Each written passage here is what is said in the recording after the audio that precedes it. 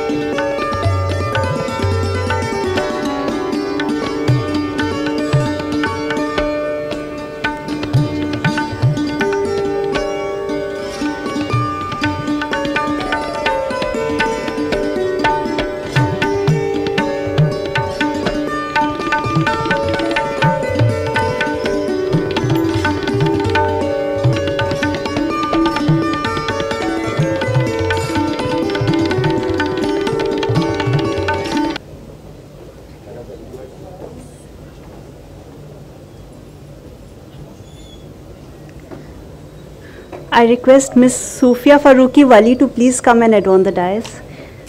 And I request Shri Anil Gulati to adorn the dais.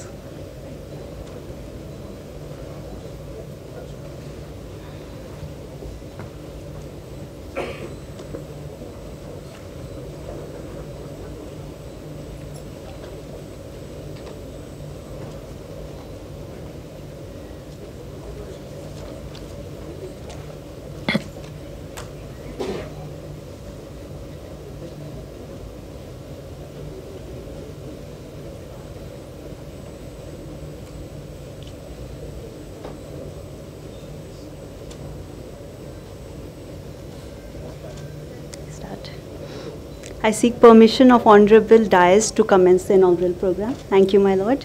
My Lord, Honorable Shri Justice Sanjeev Sachdev, Acting Chief Justice, High Court of Madhya Pradesh. My Lord, Honorable Shri Justice Arvind Sushruth Dharmadhikari, Judge, High Court of Madhya Pradesh and Chairperson, POCSO Committee. My Lord, Honorable Shri Justice Anand Pathak, Judge, High Court of Madhya Pradesh and Chairperson, Juvenile Justice Committee. Ms. Sufia Farooqi Wali, Commissioner, Department of Women and Child Development, Government of Madhya Pradesh. Shri Anil Gulati, Officer in Charge, UNICEF, Bhopal. Honorable Judges of the High Court of Madhya Pradesh. Shri Manoj Kumar Srivastav, Registrar General, High Court of Madhya Pradesh. Shri Ratnesh Chand Singh Bisain, Member Secretary, Madhya Pradesh State Legal Services Authority. Shri Krishnamurthy Mishra, Director, Madhya Pradesh State Judicial Academy. Shri Alok Awasthi, Principal District and Sessions Judge, Jabalpur. Officers of the Registry, Madhya Pradesh State Judicial Academy, Madhya Pradesh State Legal Services Authority and District Court, Jabalpur. Dignitaries present in the auditorium, esteemed participants, representatives from the print and the electronic media, ladies and gentlemen present in the auditorium and the audience attending virtually, I, on behalf of Juvenile Justice Committee, would like to extend a warm welcome to my Lord Honorable Shri Justice Sanjeev Sachdev, Acting Chief Justice, High Court of Madhya Pradesh, who in spite of his previous engagement and busy schedule has joined us virtually. I welcome all the distinguished dignitaries adorning the dais, honorable guests, esteemed participants, and all the invitees to the State Consultation on Protection of Children with Disabilities, Samvad. This is organized by the Juvenile Justice Committee, High Court of Madhya Pradesh, in association with Madhya Pradesh State Judicial Academy, Madhya Pradesh State Legal Services Authority, and the UNICEF. Today, we have more than 100 participants coming from various stakeholder departments of the juvenile justice system gathered to discuss and gain an in-depth understanding of children with disabilities and their vulnerabilities and entitlements, to initiate action plans to create a more inclusive society for specially able children. This is not a program to collect statistical data, but it is a program to discuss concepts, to deliberate on issues for the betterment of such children. The theme of this consultation is protection of children with disabilities. A quote by Nobel laureate Nelson Mandela, which is very apt to this theme, is, and I quote, "The disabled do not need the patronage of the non-disabled. It is not for them to adapt to the dominant and dominating world of the so-called non-disabled. It is for us to adapt our understanding of a common humanity, to learn of the richness of how human life is diverse, to recognize the presence of disability in our human midst as an enrichment of our diversity." I unquote. May I now request Shri Anil Kumar, Secretary, Juvenile Justice Committee, High Court of Madhya Pradesh, to kindly deliver the welcome address.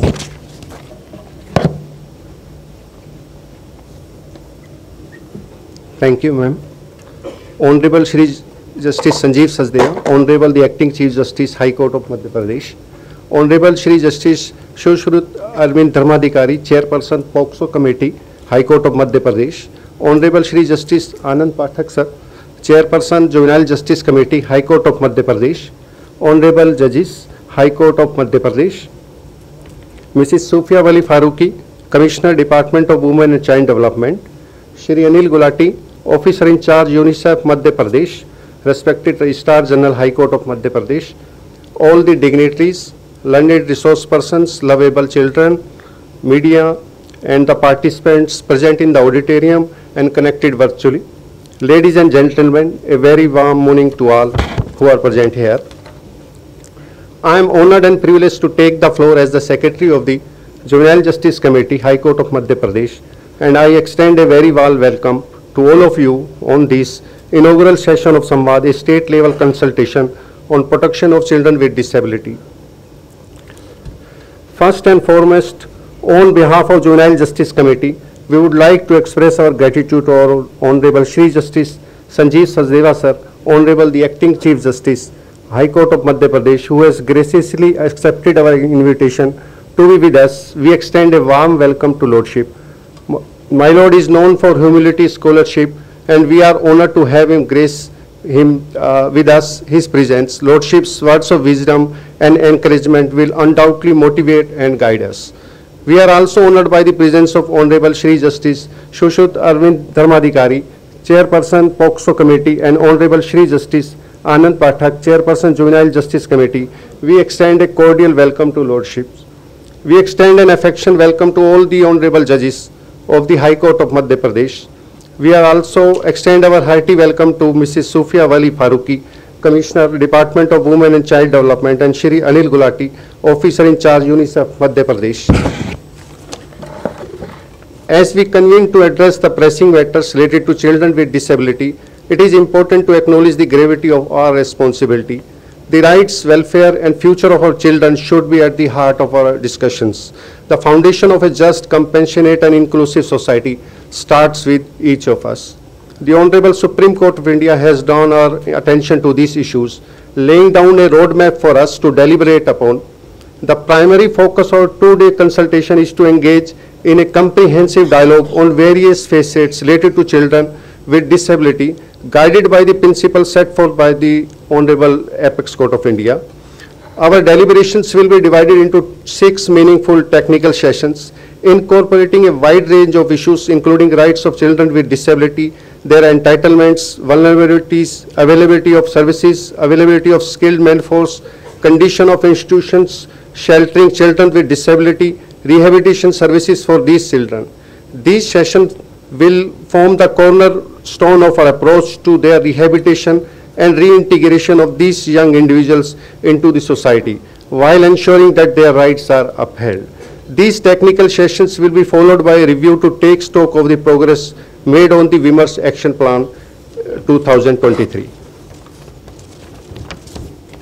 I humbly urge each one of you to bring your insights, experiences, and expertise to the table engage in constructive debates, share best practices and envision innovative solutions that will shape the way forward. Our collective efforts will not only impact the lives of these children but will also influence the societal fabric of our state. Once again, I thank all of you for being with us. Thank you. Thank you, sir. At this moment, I would like to mention that Honorable the Acting Chief Justice has a busy schedule and has previous engagements. Therefore, due to paucity of time, we move directly to Lordship's inaugural address. May I now request Honorable Shri Justice Sanjeev Sachdeva, Acting Chief Justice, High Court of Madhya Pradesh, to kindly deliver the inaugural address. Thank you very much. Thank you, sir. Honorable Mr. Justice Sushrit Dharmadhikari, Chairperson POCSO Committee. Honorable Mr. Justice Anand Pathak, Chairman Juvenile Justice Committee, High Court of Madhya Pradesh. Mrs. Sufia Wali Farooqi of the Department of Women and Child Development, Government of Madhya Pradesh. Mr. Anil Gulati, In Charge Officer, UNICEF Madhya Pradesh. My sister and brother judges of the High Court of Madhya Pradesh. Mr. Manoj Srivastava, Registrar General, High Court of Madhya Pradesh. Mr. Krishnamurthy Mishra, Director, Madhya Pradesh State Judicial Academy. Mr. Ramesh Chandra Singh Bisen, Member Secretary, MP State Legal Services Authority. Officers of the Registry, Madhya Pradesh State Judicial Academy and Madhya Pradesh State Legal Services Authority. Esteemed participants, viewers who have joined us virtually, ladies and gentlemen, and most importantly, beloved children and their trainers. I welcome everyone to the state-level consultation, Samvad, being organized under the aegis of the Supreme Court of India, which aims to focus on an extremely vital subject, that is children with disabilities. I cannot lay enough emphasis on the importance the target of our discussion carries. I borrow these words from Nelson Mandela when I say one of the hallmarks of a progressive society is how they treat the weaker sections of the society and the measures they undertake to offer them appropriate opportunities to flourish and prosper. The data with regard to children with disability raises an alarm. As per UNICEF, 15% of the world population, that is nearly 1 billion people, have some form of disability, whether present at birth or acquired later in life. Nearly 240 million of them are children. Hence, as a society, it is all the more incumbent that we need to keep analyzing and introspect the measures which we have undertaken to provide wholesome support to the children with disabilities so that they are able to reach their maximum potential. This task is easier said than done, for this segment requires proper nurturing vis-a-vis the medical support, special educational training, interpreters, often special equipment, which will enable them to go about their day-to-day routines. To achieve the same, channelized emotional, physical, and financial support is required. The objective of this consultation will be to strengthen the protection of children with disabilities in context of implementation of Juvenile Justice Act 2015 and the POCSO Act 2012, covering children in need of care and protection and other vulnerable children, children in conflict with laws, and children who have been victims of sexual violence. The consultation is being organized with a view to offering us a chance to review existing schemes, services, mechanisms established, and set targets to development of an action plan based on the state and national commitment to children with disabilities within the juvenile justice system. It is noteworthy that we have laws in place which mandate appropriate treatment of this segment. Rights of Persons with Disability Act 2016 was enacted with aim to recognize persons with disability and ensuring that they have equal rights and that their full participation should be made possible. At this juncture, I would like to quote some of the principles imbibed in this Act as to empower persons with disability.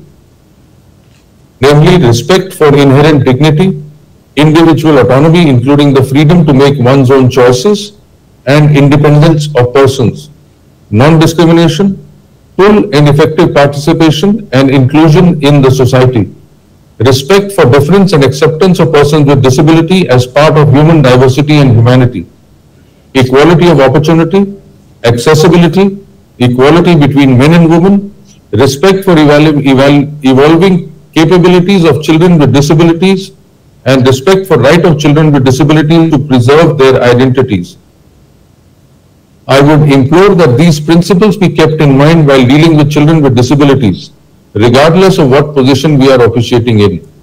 It could be as simple as an interaction, but even that must be done keeping in mind the dignity of the child is maintained throughout.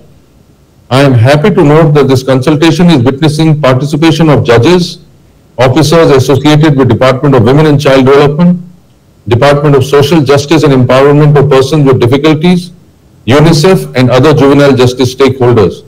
The participants will get a chance to see presentations from experts from this field. I hope the same shall ensure in generation of new ideas which we could adopt in our work and surroundings. Given the theme of this consultation, the sessions are being communicated by sign language experts. This is again a commendable step, and in future we may adopt this permanently. I am informed that there is a cultural event scheduled for tonight which will see performances by dear children impacted with various disabilities. I anticipate a wonderful event and extend my congratulations to the trainers who are themselves persons with disabilities to have imparted them with the requisite skills.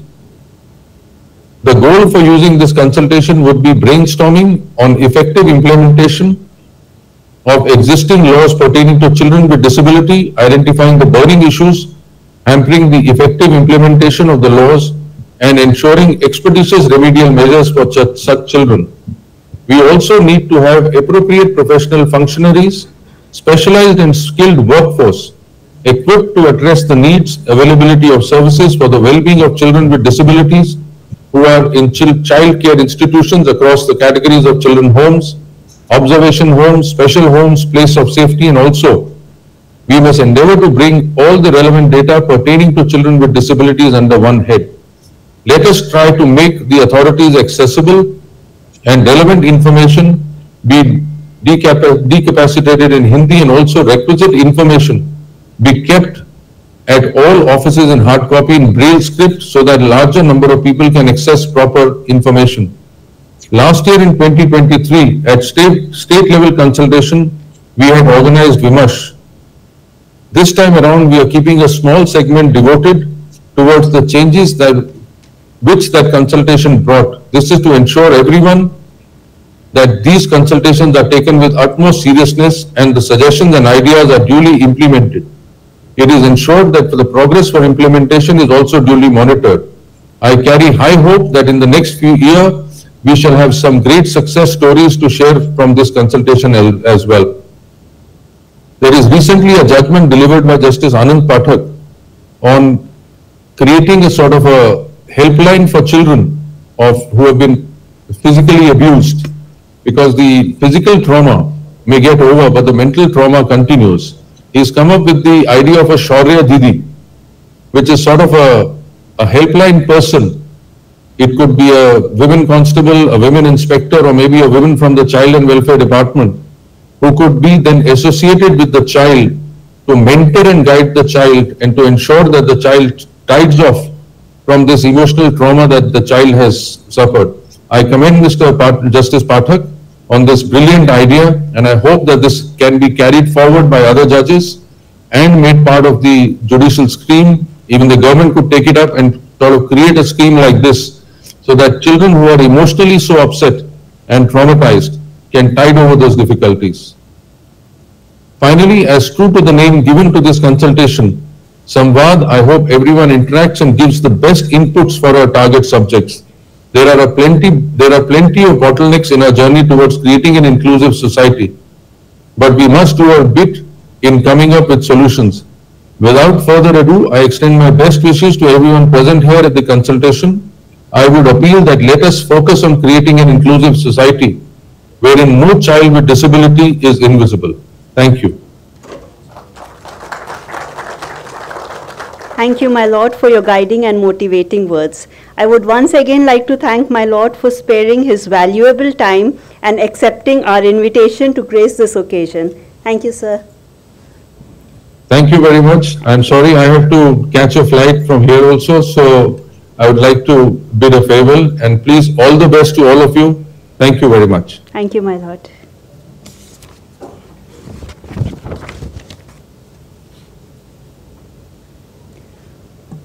Moving ahead, we now commence with the felicitation. May I now request Shri Manoj Kumar Srivastava, Registrar General, to kindly welcome and felicitate my Lord Honorable Shri Justice Arvind Sushruta Dharmadhikari, Judge, High Court of Madhya Pradesh and Chairperson, POCSO Committee, by presenting His Lordship a sapling as a mark of our respect and best wishes. Thank you, sir.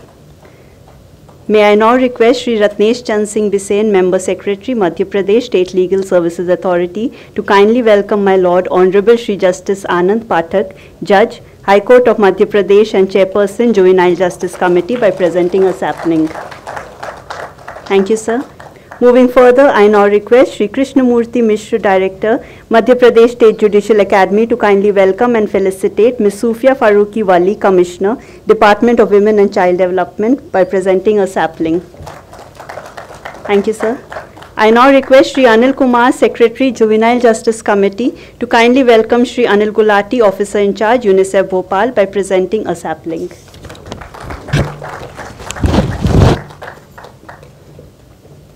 As we move ahead in this program, we have with us today a few children with disabilities to share their experience with us.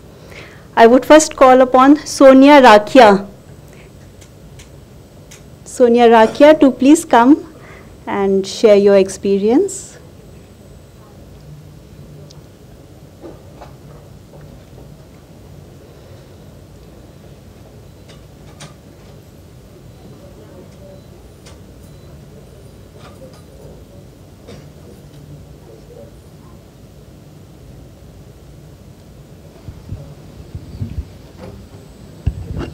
Presentation.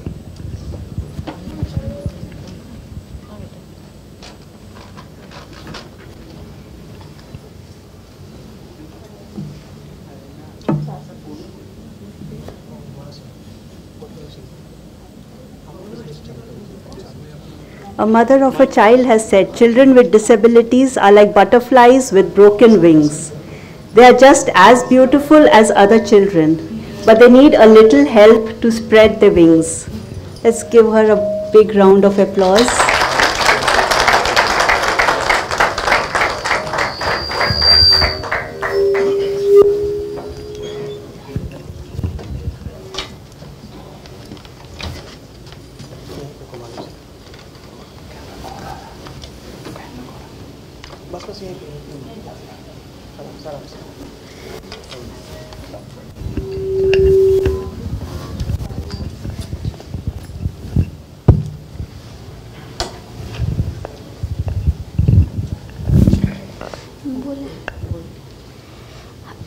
Hello, मेरा नमस्ते आप सभी को। मेरा नाम सोनिया रखिया है। मैं 9th क्लास में पढ़ती हूँ। मेरी एज 21 साल है।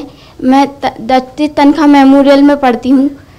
मैं पैर से विकलांग हूँ और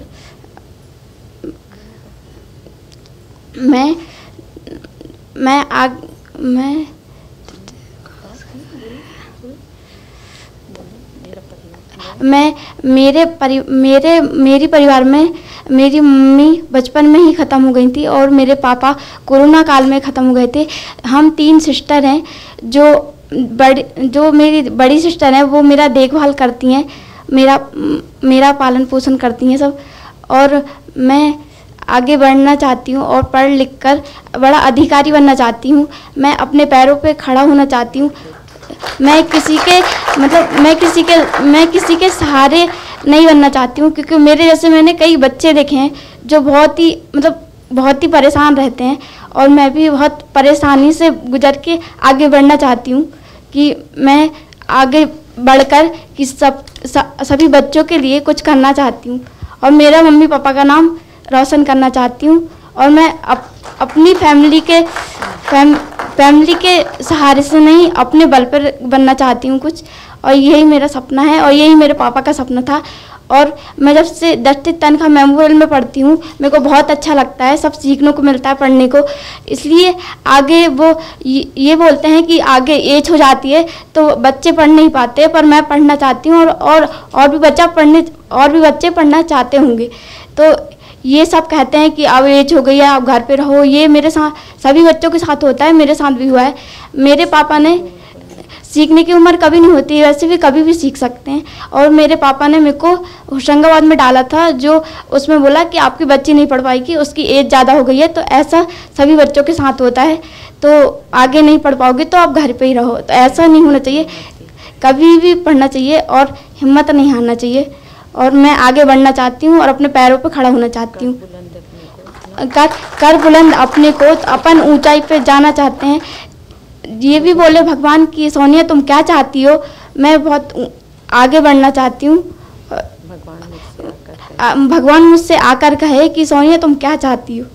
और मैं कहीं भी घूमना फिरना कहीं भी जाती हूँ तो मुझे ट्रेन में मतलब स्टेशन पे व्हीलचेयर नहीं मिलती, हॉस्पिटल में डॉक्टर लोग मतलब ध्यान नहीं देते और वहाँ पे कुछ व्यवस्था नहीं रहती। तो मैं यही चाहूँगी कि वहाँ पर भी विकलांग बच्चों के लिए व्यवस्था की जाए, और जो स्टेशन रहता है उस पर भी व्हीलचेयर होना चाहिए कि मतलब विकलांग बच्चों को तो हेल्प हो कि वो कैसे जा सकते हैं।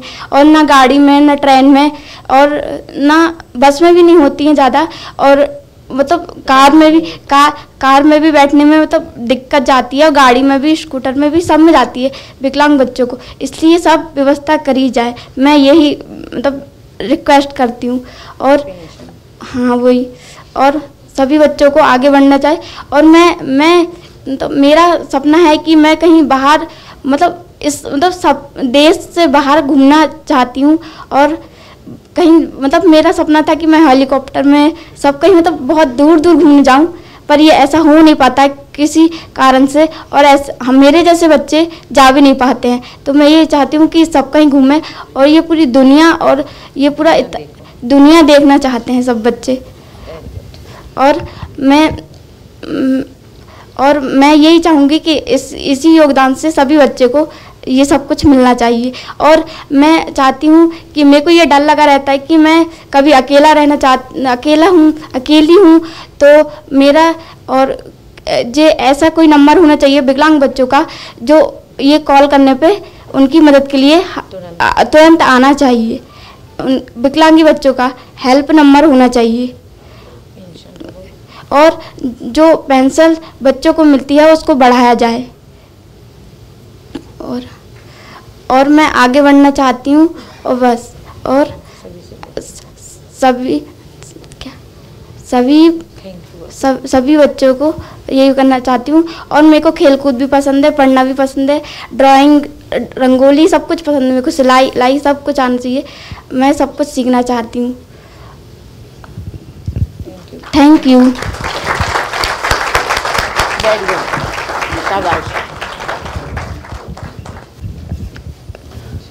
थैंक यू सोनिया, आप बहुत ऊंचाइयों तक जाओगे।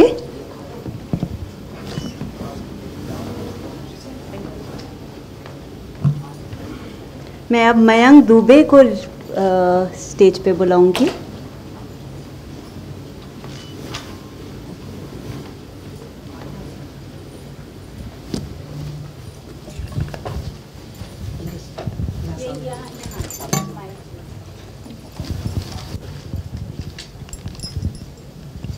हेलो, सम्मानीय मंच एवं आमंत्रित जनों को मेरा सादर नमस्कार है। मैं प्रीति दुबे, मेरा बेटा मयंक दुबे जो कि एक ऑटिस्टिक चाइल्ड है, जो कि 17 वर्ष का हो चुका है।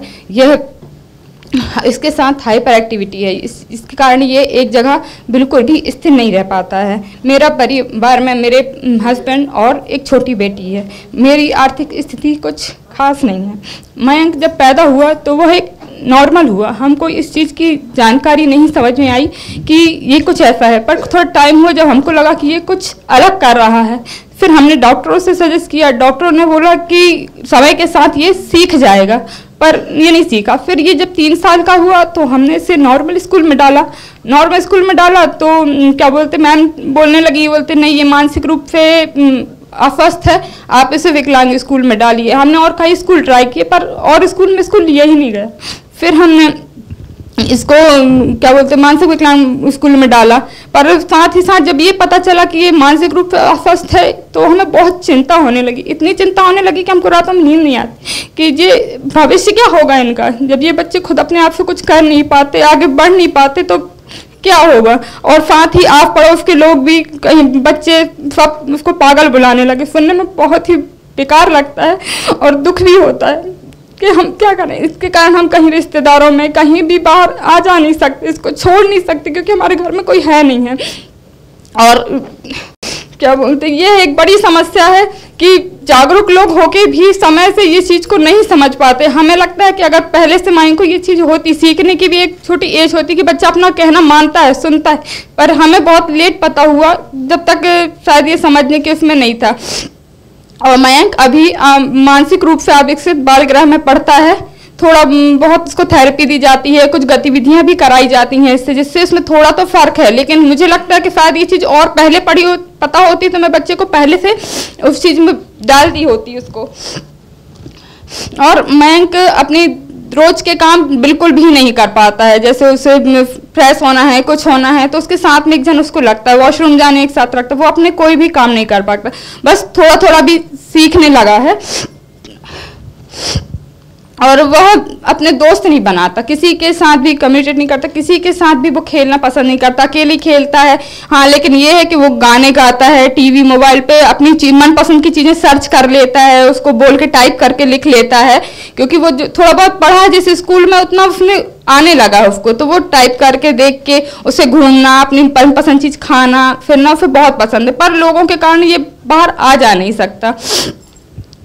और मैं चाहती हूँ कि खुद थोड़ा बहुत सुझाव जो कि शायद काम आए इन बच्चों के, ऐसे बच्चों के लिए व्यावसायिक प्रशिक्षण की व्यवस्था होनी चाहिए, जिसके अनुसार जो इनको देखते हुए तैयार की जाए कि जो आगे बढ़ सकें ये रोजगार को लेकर। और ऐसी कुछ लोन की व्यवस्था होना चाहिए कि अगर ये कुछ काम काज सीख जाएं तो ये अपने परिवार के साथ मिलकर आगे कुछ काम कर सके। और जो उनको सामाजिक पेंशन दी जाती है वो बहुत ही कम है, इतने में माँ बाप अपना नहीं कर सकते हैं, चला सकते हैं, वो तो उनका बच्चा है तो वो तो जीवन भर करेंगे उनके साथ। लेकिन थोड़ा इतना तो होना चाहिए कि अगर माँ बाप का शरीर नहीं भी चलता है आगे चल के तो कुछ व्यवस्था उनको वो घर में रह के कुछ सिखाएं, कुछ काम काज वो उनके साथ कर सके, हेल्प बैठे बैठे हेल्प कर सके, इतनी होना चाहिए। और स्कूल प्रबंधन का ये नियम बहुत बुरा है कि 18 साल तक के लिए ही बच्चों को रखते हैं, उसके आगे की कोई सुरक्षा ही नहीं है। बस बच्चे को छोड़ दिया, वो मान लेते हैं कि 18 साल के बाद बच्चा मैच्योर हो गया। ये बच्चा तो जीवन भर कभी मैच्योर नहीं होगा।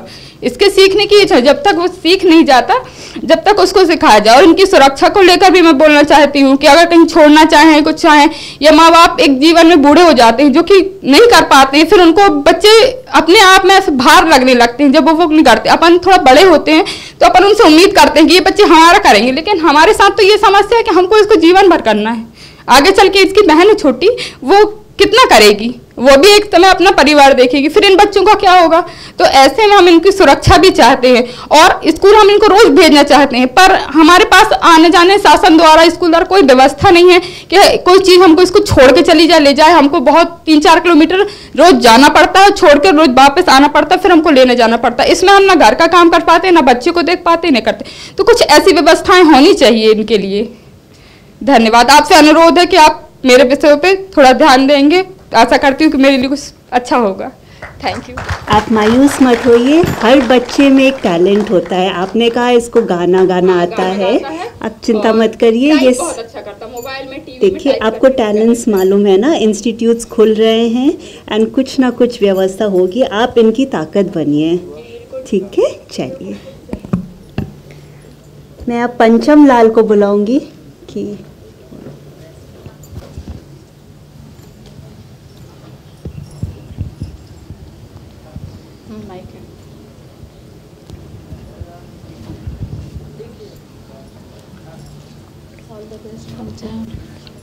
ये लो माइक लो, आज खड़ा होकर बोलूँगा। हाँ हाँ, और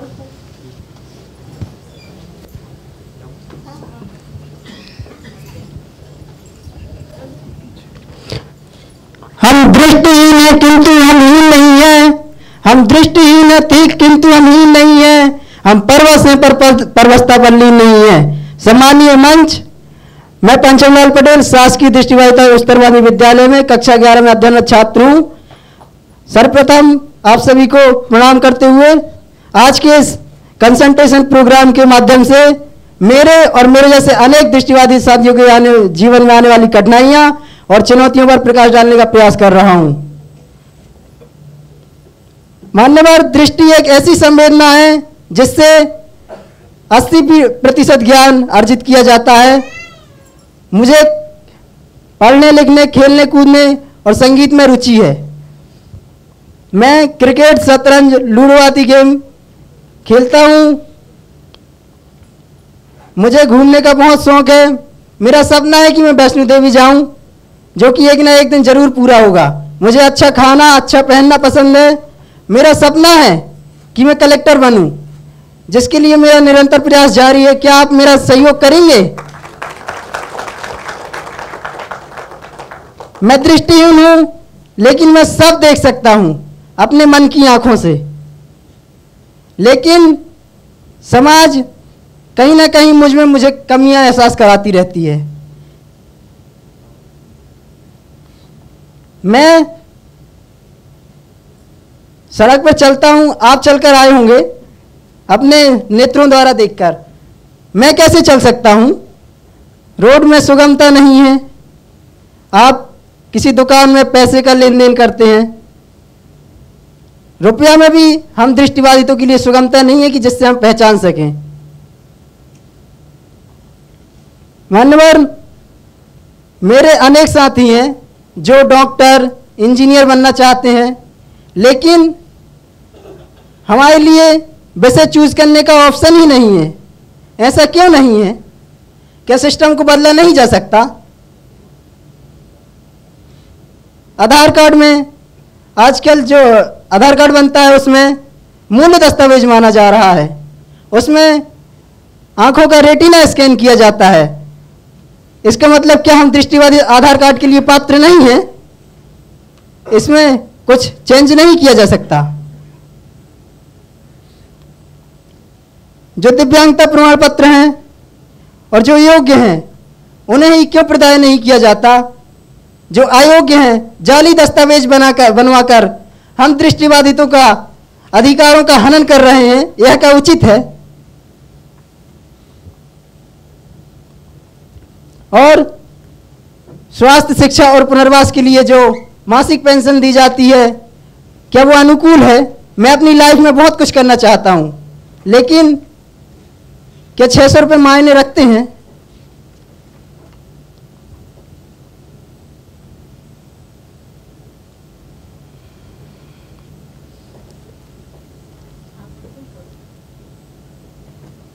मैं इतना कहना चाहता हूं कि समाज का दृष्टिकोण और सरकार का दृष्टिकोण चेंज होने की ज़रूरत है, जिससे हम दिव्यांगजनों के प्रति कुछ अच्छा किया जा सके। नज़र से नहीं, नज़रिए से देखिए। दृष्टि को नहीं, दृष्टिकोण बदलिए। कौन कहता है कि हम कुछ कर नहीं सकते? कौन कहता है कि हम कुछ कर नहीं सकते? एक बार मौका तो देकर देखिए, इतिहास बदल देंगे। आज मुझे इस मंच में आप महान विभूतियों के सामने बोलने का अवसर प्राप्त हुआ, इसके लिए बहुत बहुत धन्यवाद। जय हिंद, जय भारत।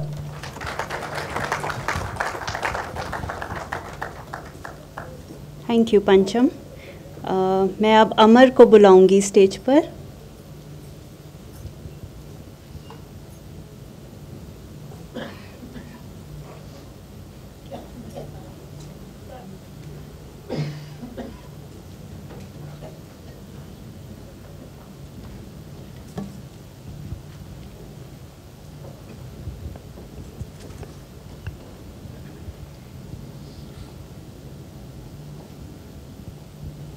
आप सबको बहुत बहुत नमस्कार। मैं साइन लैंग्वेज इतना जानता नहीं हूँ। कुछ चीज़ें मुझे सीखने मिली है, लेकिन मैं इनकेपेबल हूँ अपनी बात समझाने के लिए। मैं रिपेयरिंग जानता हूँ, मुझे वो बहुत पसंद है। थोड़ा बहुत पढ़ना जानता हूँ, आप लोग को देख के बहुत अच्छा लगा। मैं खेलना मुझे बहुत पसंद है, मैं टेनिस खेलता हूँ।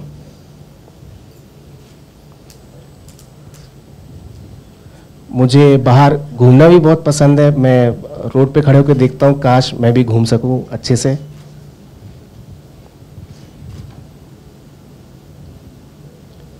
मैं जब औरों को देखता हूँ कुछ काम करते हुए तो बहुत मन करता है कि मैं भी उनकी तरह जो हूँ काम कर सकूँ।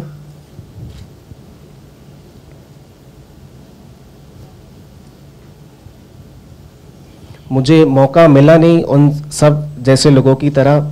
मैं आप सबको नमस्कार करता हूँ। अब जो मेरी और बातें हैं,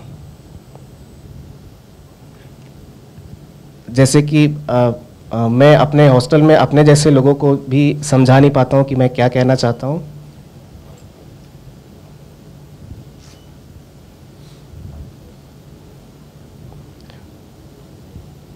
आप सब लोग मेरी बात सुनने आए हैं, मुझे पता चला कि आज यहाँ आके ये सब समझाना है। मेरा वहाँ रूटीन जो है खाना खाना, पढ़ाई करना, वो सब वही चल रहा है। आज कुछ नया इधर आके मैं आप सबको बता रहा हूँ।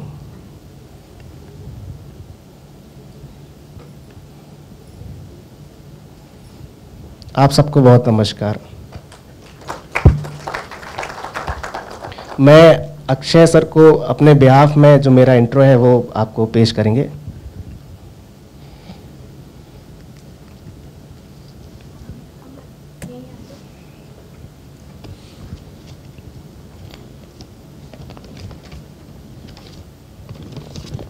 चूँकि अमर साइन लैंग्वेज में एक्सपर्ट अभी नहीं है, उनको वो लैंग्वेज का एक्सपोजर मिला नहीं, तो इनसे कंसल्ट करते समय जो चीज़ें सामने आई वो हम लोग ने इसको टेक्स्ट के ज़रिए इस पर रिकॉर्ड किया है।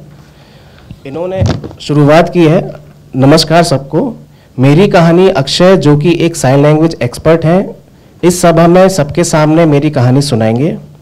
अमर नाम है मेरा, यही नाम दिया गया है मुझे।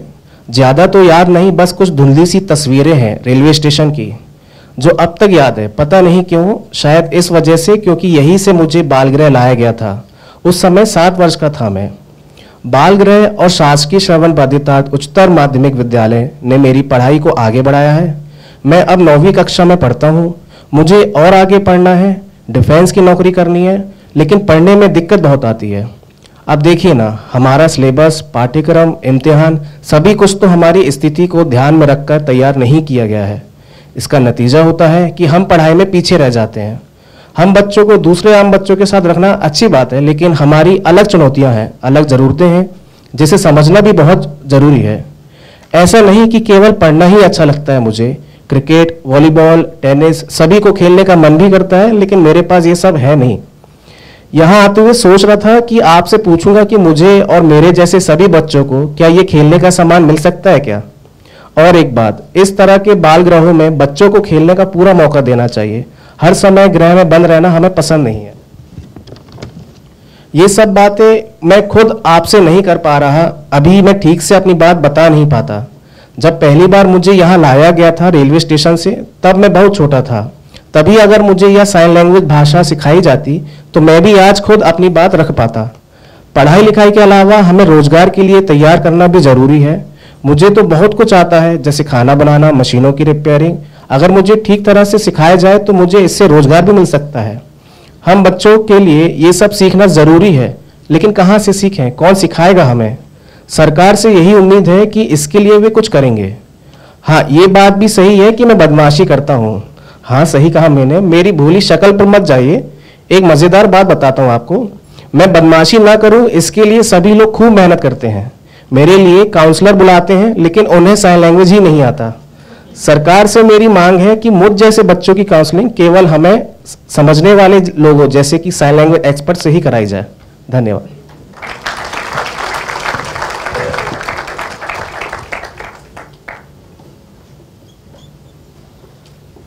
थैंक यू अमर। अब मैं प्रिया जैन को बुलाऊंगी।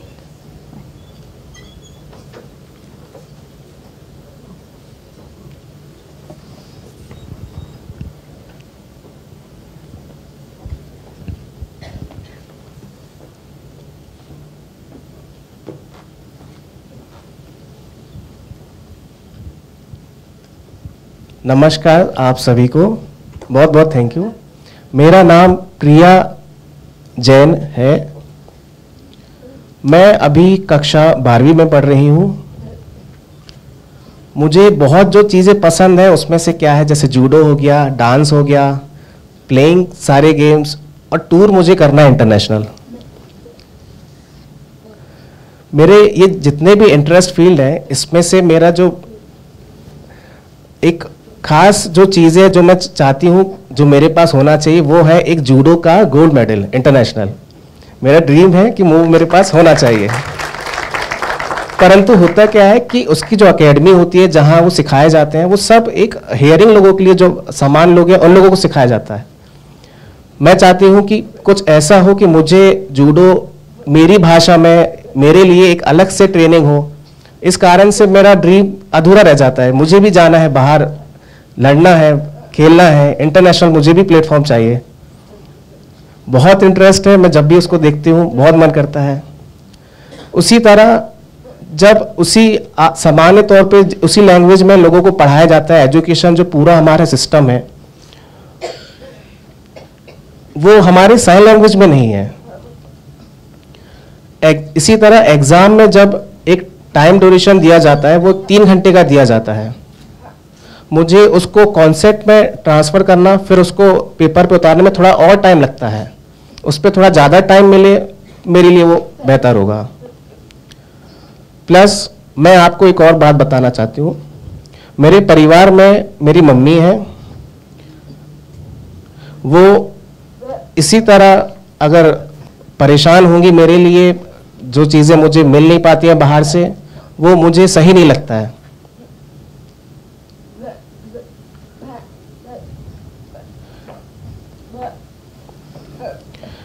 मेरी फैमिली में जो चीज़ें हैं जो मैं देख रही हूँ वो मेरे लिए बहुत अलग एक्सपीरियंस है। एज अ डाइव चाइल्ड मुझे काफ़ी सारी खामियां देखनी पड़ती हैं। फॉर एग्जांपल स्कूल में मेरे लिए हॉस्टल नहीं है, वहाँ सिर्फ 8 तक फैसिलिटी है और गर्ल्स के लिए तो हॉस्टल ही नहीं है। ना कोई स्पेशल साइन लैंग्वेज का अलग से ट्रेनिंग है कि हम लोगों के लिए एक अलग से हो, ना ही कोई बस सर्विस है जो मेरे लिए आना जाना आसान करे। मैं चाहती हूँ मेरी तरह और भी जो लड़कियां हैं और भी जो डेफ चाइल्ड हैं वो सारे लोगों को आसानी हो। टीचिंग हमारे लैंग्वेज में नहीं है, जो एजुकेशन है वो हमारे लिए एक्सेसिबल नहीं है।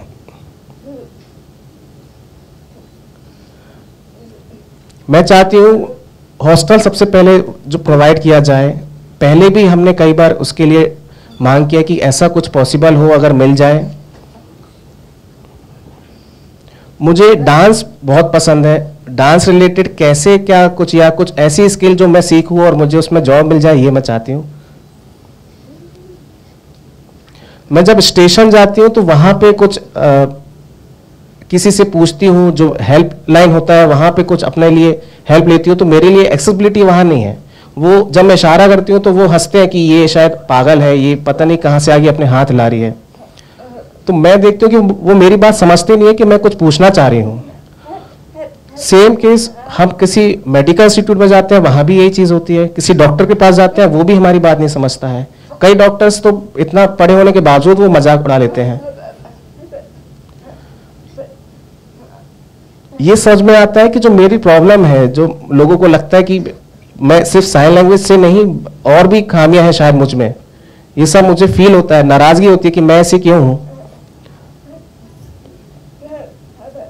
वाकई में हम जो ये फेस कर रहे हैं, भगवान ने कुछ और बनाया है, लेकिन प्रॉब्लम्स बहुत बड़ी हैं। मैं चाहती हूँ जो हेल्प हो सकती है हमारे लिए थ्रू गवर्नमेंट और एनीथिंग, कुछ हमको एक अच्छा रास्ता मिले। मेरे जो जितने भी इंटरेस्ट फील्ड है, ये मम्मी का मेरा बहुत सपोर्ट रहता है कि वो उसमें मुझे बहुत आगे बढ़ाती हैं। बचपन से ही मेरे जितने भी खेल कूद रहे हैं, जो भी पढ़ाई की अच्छी चीज़ें रही हैं, उन सब में मेरी मम्मी का बहुत बड़ा हाथ है, उन्होंने सिखाया है। मैं जब कॉलेज के लिए सोचती हूँ आगे पढ़ाई के लिए, मुझे बहुत बड़े एकेडमिक में जाना है, लेकिन वो चीज़ें मेरे लिए कंफर्टेबल नहीं हैं।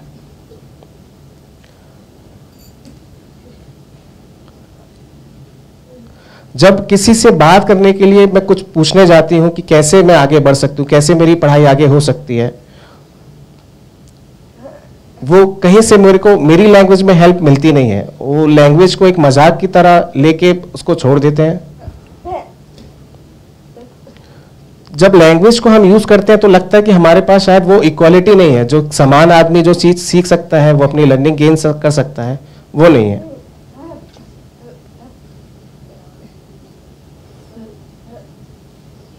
मैं चाहती हूं जिस तरह बाकी लोगों का भी ग्रोथ होता है उसी तरह हमारा भी ग्रोथ हो। इंडिया के लिए मैं एक बहुत प्राउड, मैं अपने देश के लिए कुछ काम करना चाहती हूं।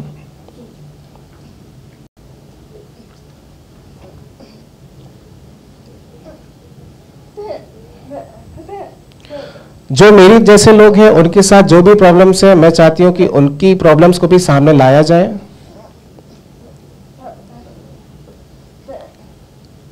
वो एक्सप्रेस नहीं कर सकते क्योंकि वो बातें रह जाती है।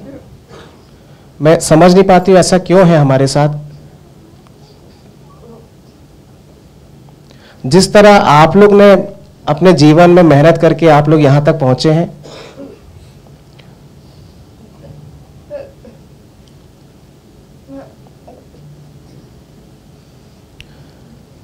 मेरे फैमिली वालों का भी वही ड्रीम है, मेरा भी वही ड्रीम है कि आपकी तरह मैं भी एक अच्छा एक पोजीशन हासिल करूं।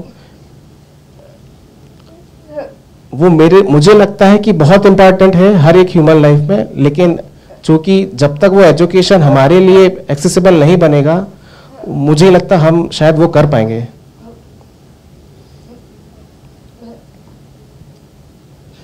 थैंक यू सो मच, आपने इतना टाइम मुझे सुना। Thanks. Thanks. Thank you, Priya. All these children are so talented. They have their own dreams and ambitions. They want to do so much in life. We have all gathered here today basically to discuss what better we can do for them. Moving ahead, UNICEF works to build a world where children with disabilities reach their full potential. They ensure that children with such disabilities and their families have access to all the services and support they need in their communities. I now invite Shri Anil Gulati, Officer in Charge, UNICEF, to share his views on this consultation.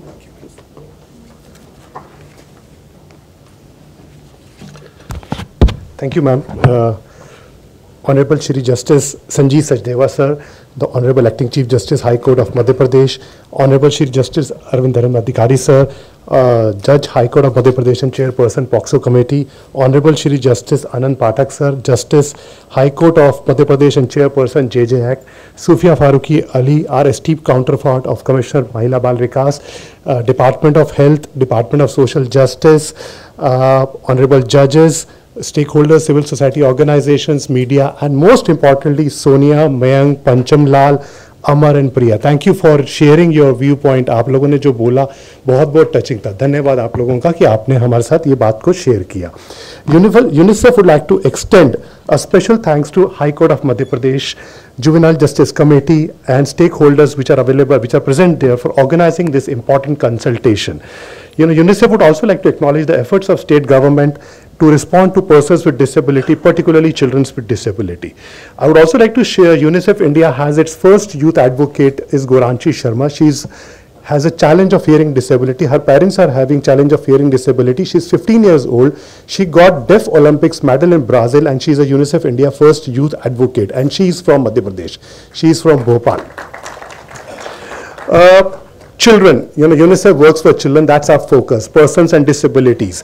They encounter stigma, they have challenges of neglect, we have challenges of accessible schemes, opportunities, all the forums which exist and opportunities.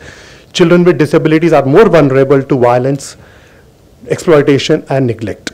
Children and persons with disabilities need to be prioritized in every scheme and program which government of state governments and central governments work with, including education, be it health, be it social justice, be it tribal department, especially in child protection and juvenile justice systems.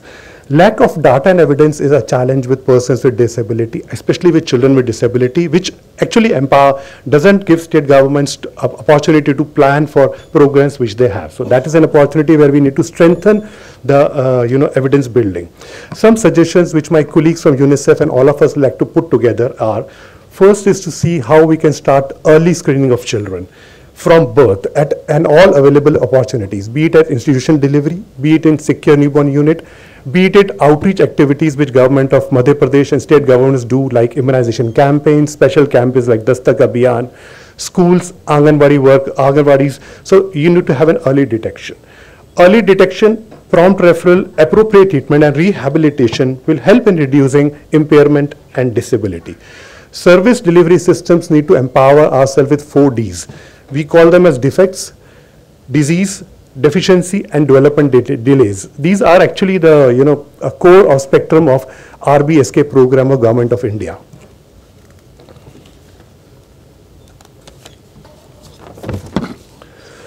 If we can identify children at earliest, we can actually support them. I think so. Mayank said that. Mayank's mother said that if we identify Mayank earlier, we could support the children and provide them better support and kind of help them to reach their full potential. Recognition of right-based approach is a key to working with disabled children, especially recognizing their rights not as beneficiaries but as stakeholders. Intersectoral coordination is a key. With departments, we have multiple departments we work with children: WCD, tribal department, health, education, social justice, panchayat. So we need to have a mechanism of intersectoral convergence. It's very critical to do disability assessment of critical facilities which exist in the state, which are accessed by persons with disability, children with disability, particularly like schools, Anganwadi work places, hospitals, JJ structures like JJBs, CWCs, police stations and others. Customized service of children with disability with JJ systems such as support persons, sign and language experts, counselors and such others would provide a meaningful support and services to children in JJ system. Honorable Shri Justice Sanjeev Sachdeva also pointed out that in his opening remarks. There's a need for robust disaggregated common data and information systems in the state which is accessible to all for better programming.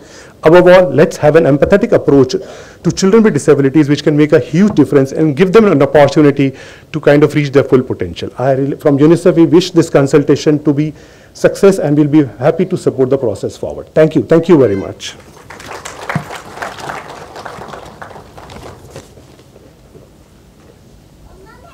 Thank you, sir. May I now request Ms. Sophia Farooqi Wali, Commissioner, Department of Women and Child Development, Government of Madhya Pradesh, to kindly address the August gathering.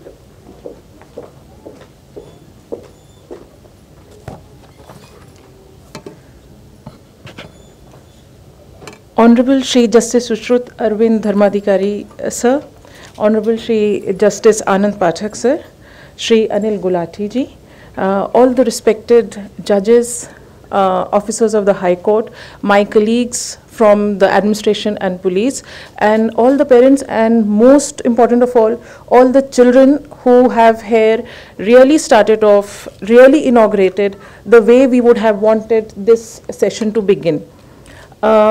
Thank you very much for this opportunity. Today I represent my principal secretary over here who could not make it due to his schedule and also due to a little bit of ill health.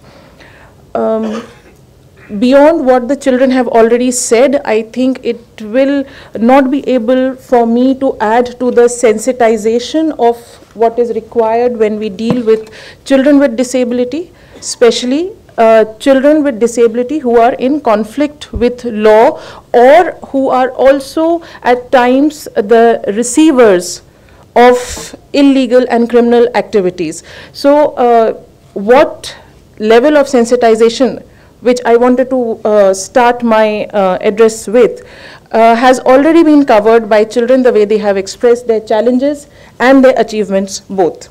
Nonetheless, I would still try and summarize and say what is it that collectively as a society, in terms of collective social responsibility, we need to highlight continuously towards making this a more inclusive society for people with diverse abilities, especially for children with diverse abilities.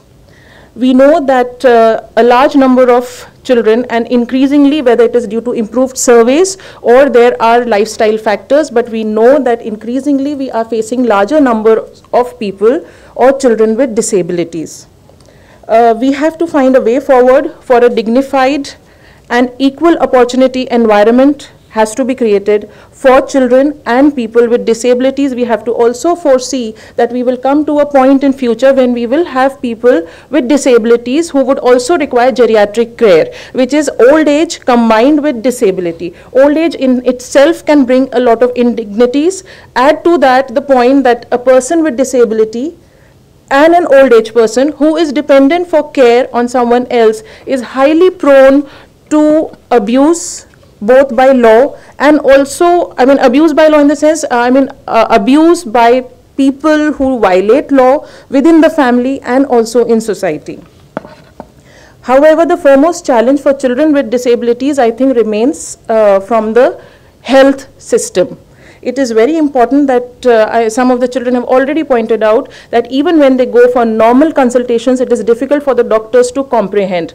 Mayank's case has been very well pointed out by his mother, that in the initial days, his screening was missed out by doctors, not because probably the doctors or our skill in health development in the health system is not yet attuned to the fact that there are multiple and different kinds of disabilities coming in children which require a greater sensitization, and an ordinary pediatrician or a medicine practitioner will not be able to identify children with developmental delays or other kinds of disabilities. So the health system needs to, at the ground level, at the field level, has to start understanding what kind of disabilities children can show and at what point they can show them. So this requires, again, it breeds out of not our medical education skill or the skill of the doctors. It breeds from the kind of sensitization our society has towards people with disabilities.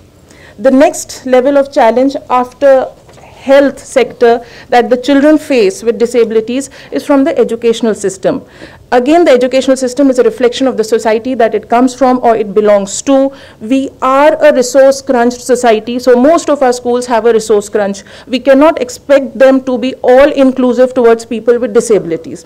Unfortunately, they are very affluent schools which cater to very affluent people from the society, and yet they fear to include children with diversities in their educational system, because maybe with each child they might need a shadow teacher or they might need a lot of infrastructural adjustments, etc. So if an affluent school is not being inclusive towards children, then again it reflects of the kind of society that we come from and our collective social sensitization towards people or children with disabilities. The next level of disability that a disabled child faces after health and education is that the child feels extremely isolated.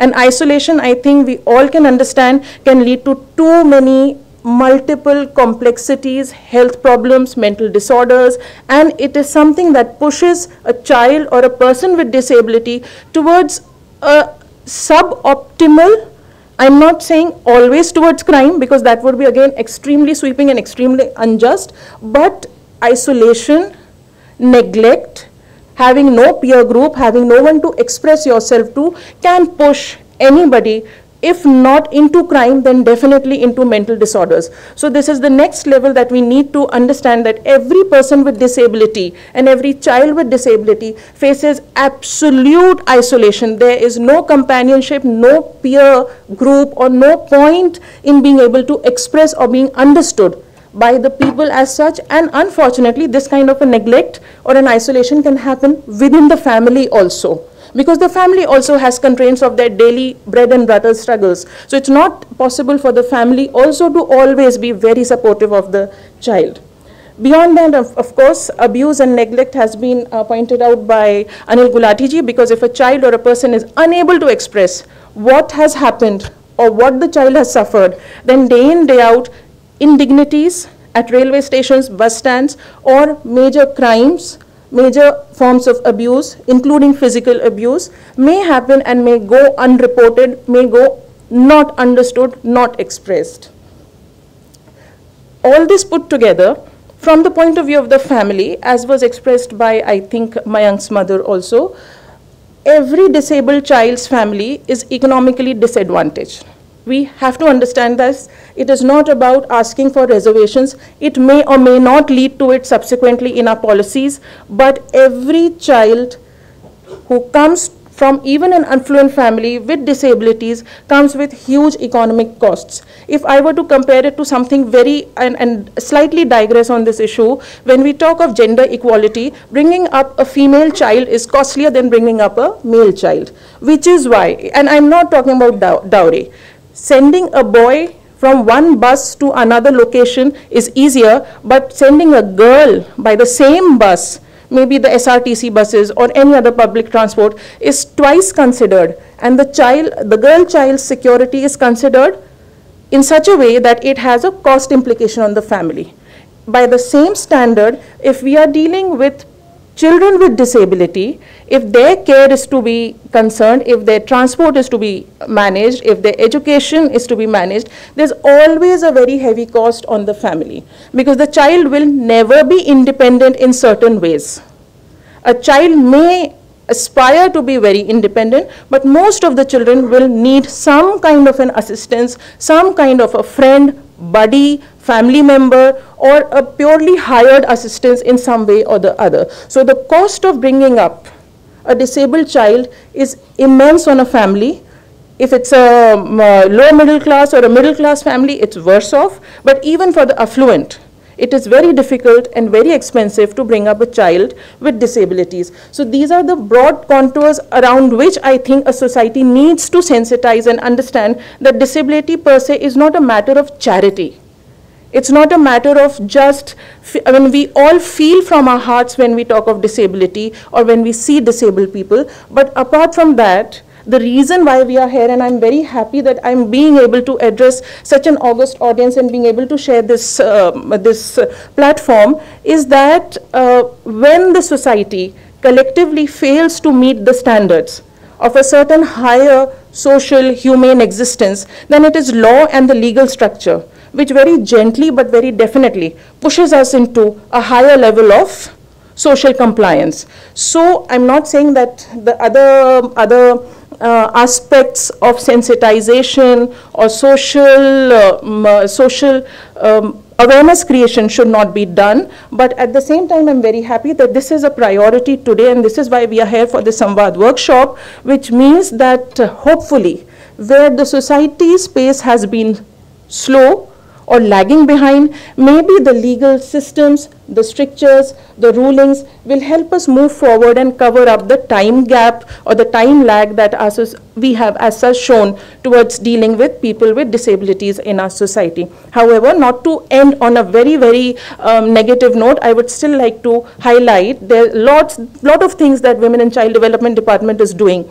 But one thing which is very progressive, which has come from Government of India, Ministry of WCD, is that now, though it's a very tough task, we have made our Anganwadi workers responsible for the first level of screening of a child with developmental delays or any other kinds of disabilities in the age group of 0 to 6 years. So she becomes the first social contact point from the perspective of the administrative system. She's the first line of worker who, if we are able to train her well enough, the project has just begun. Our training funds are just 10% of what we require. But in the coming 5 years or hopefully in the coming 10 years, she would be the first line of person or first line of the administrative mechanism who would identify children with disabilities so that there's timely redressal. She would put that system into reference of the health department as per the mandate of the health department,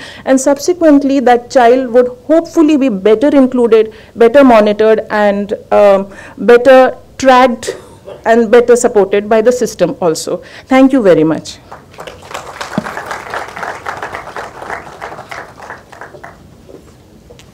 Thank you, ma'am, for your enlightening words.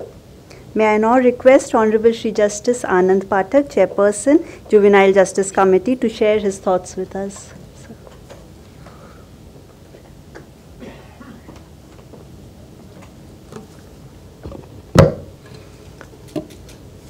Honorable Justice Sachdeva Sahab, Honorable the Acting Chief Justice, High Court of Madhya Pradesh, Honorable Justice Sushruta Arvind Dharmadhikari, Judge, High Court of Madhya Pradesh and Chairperson, POXCO Committee,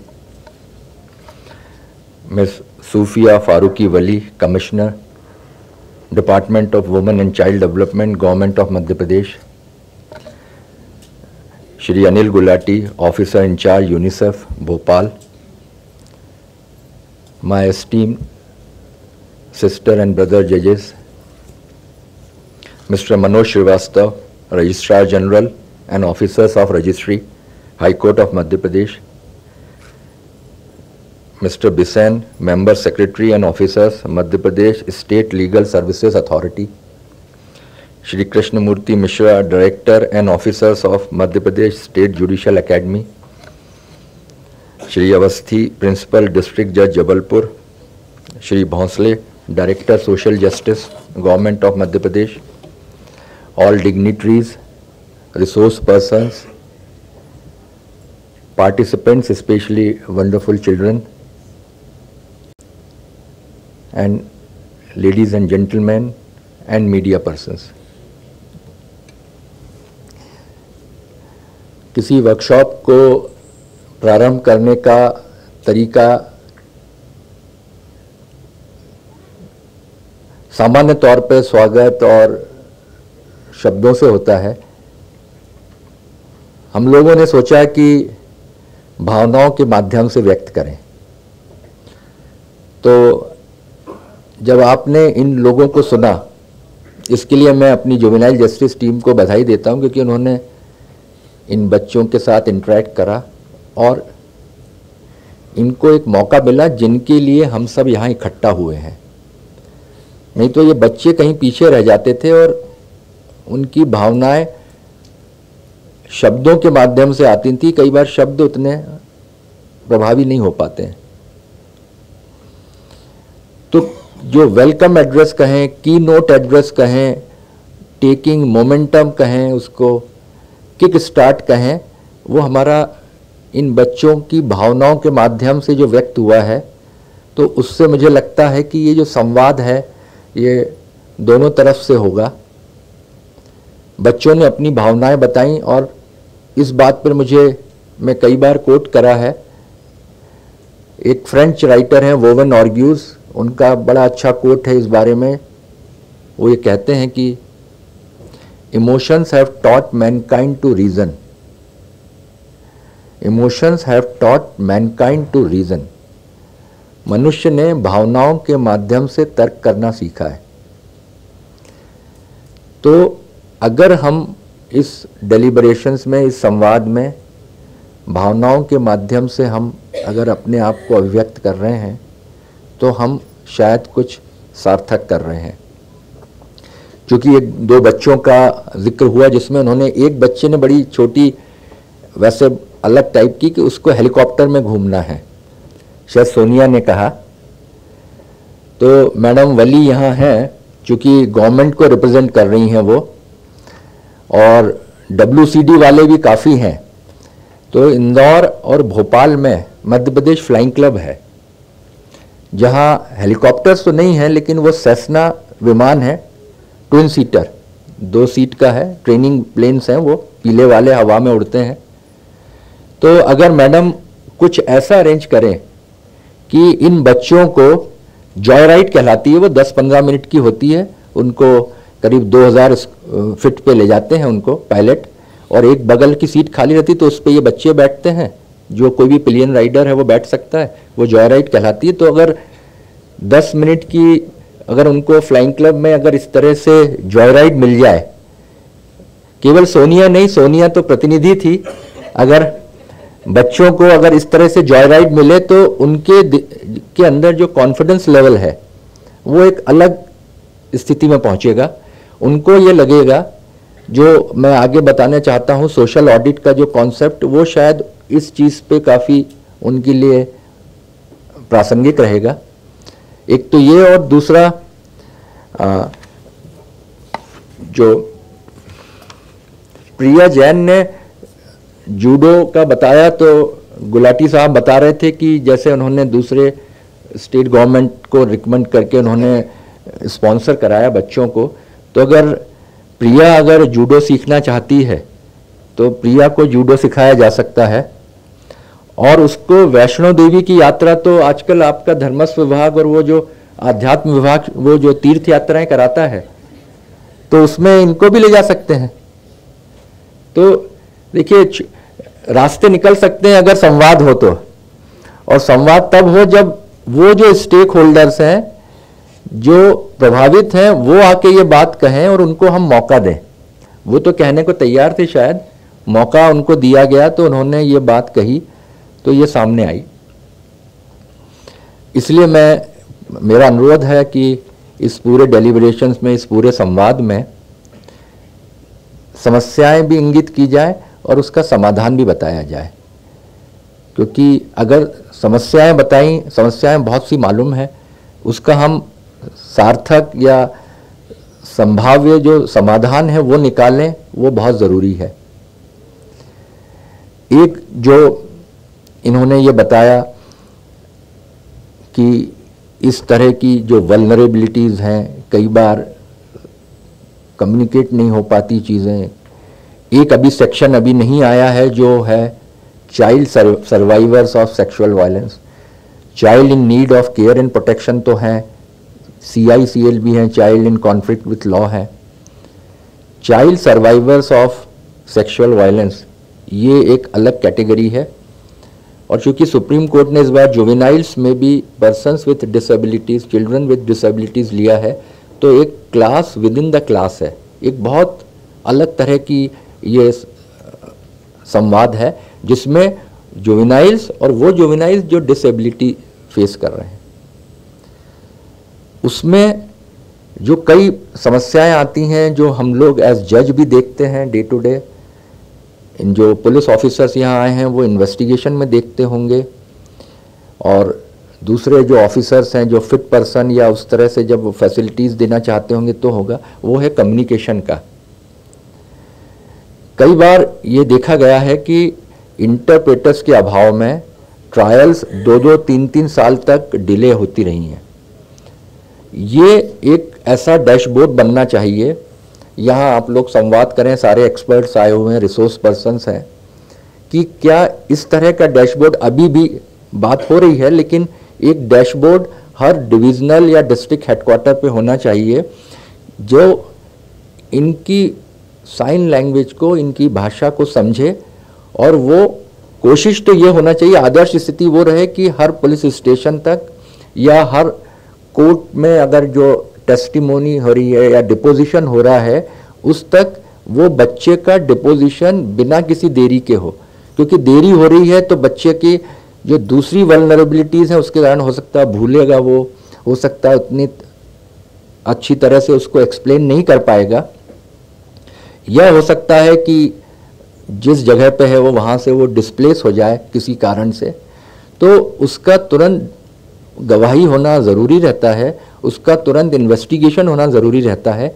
इसलिए एक dashboard जो है communication के लिए, जैसे interpreters हैं, आज हम ये बच्चे आज इसलिए खुश हो रहे होंगे कि उनको ऐसा लग रहा है कि उनकी आवाज़, वो बच्ची जो खड़ी है वो है, वो बता रही है कि देखो तुम्हारे लिए ये बातें हो रही हैं, तो वो शायद उनमें कॉन्फिडेंस आएगा।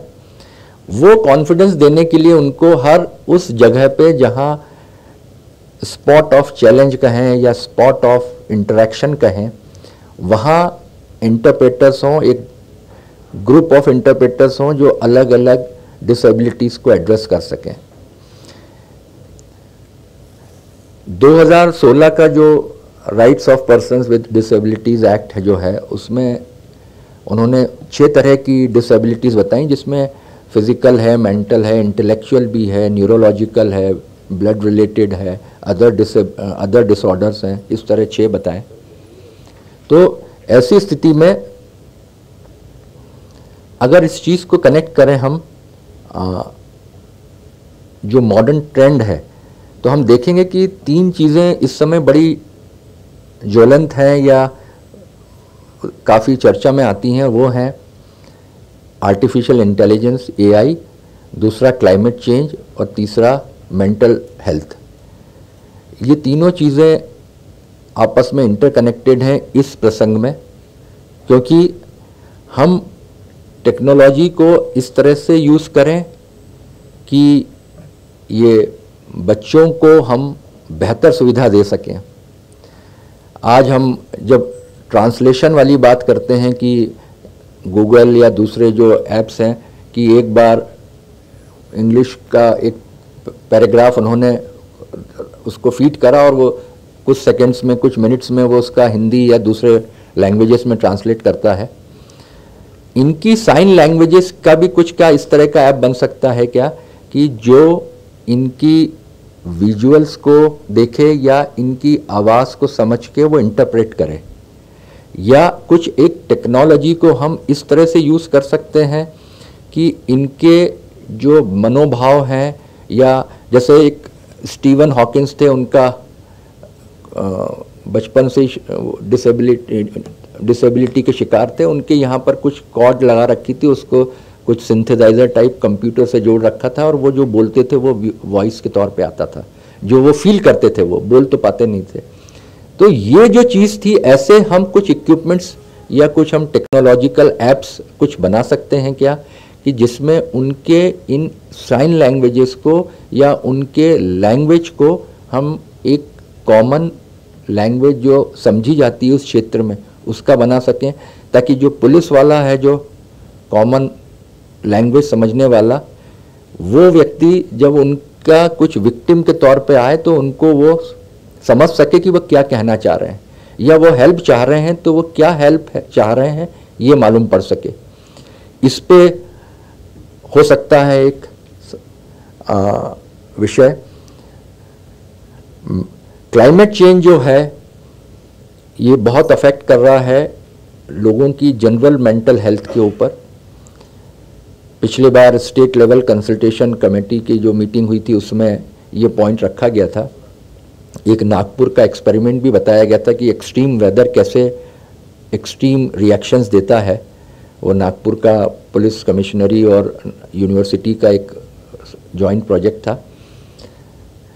और तीसरा जो मेंटल हेल्थ है उसके लिए एक शौर्या दीदी का जो कॉन्सेप्ट जो जस्टिस सचदेवा साहब ने बताया, डिस्कस किया, वो कुछ ऑर्डर्स में हम लोगों ने करने की कोशिश करी है। उसमें शौर्या दीदी वो एक कॉन्सेप्ट है कि जिसमें जो चिल्ड्रन विथ डिसेबिलिटी हैं, जुवेनाइल्स के लिए भी कर रहा है वो, लेकिन इनके लिए ज़्यादा वो प्रासंगिक हो जाता है। जब कई बार ये विक्टिम ऑफ क्राइम रहते हैं, ये सर्वाइवर ऑफ सेक्सुअल वायलेंस रहते हैं, तो एक तो चीज़ है कि उनके जो परपिट्रेटर था, जो एक्यूज था, उसको चार्जशीट पेश करी गई और उसके खिलाफ ट्रायल चली, सजा हुई। ये पार्ट ऑफ जस्टिस है। लेकिन जो उसकी बॉडी के साथ जो स्पिरिट पे हमला हुआ है, उसकी जो पूरे एग्जिस्टेंस को खतरे में रखा गया है, उसके लिए वो शौर्या दीदी का कॉन्सेप्ट है कि वो बच्ची के लिए फॉर द टाइम बीइंग कोई एक पुलिस सब इंस्पेक्टर या कोई पुलिस कांस्टेबल या WCD डिपार्टमेंट के कोई फिट पर्सन, कोई ऑफिसर फीमेल, उसकी शौर्या दीदी बने फॉर द टाइम बीइंग, 6 महीने साल भर जैसा उसका है ग्रोथ, और वो उसकी मेंटोरिंग करे।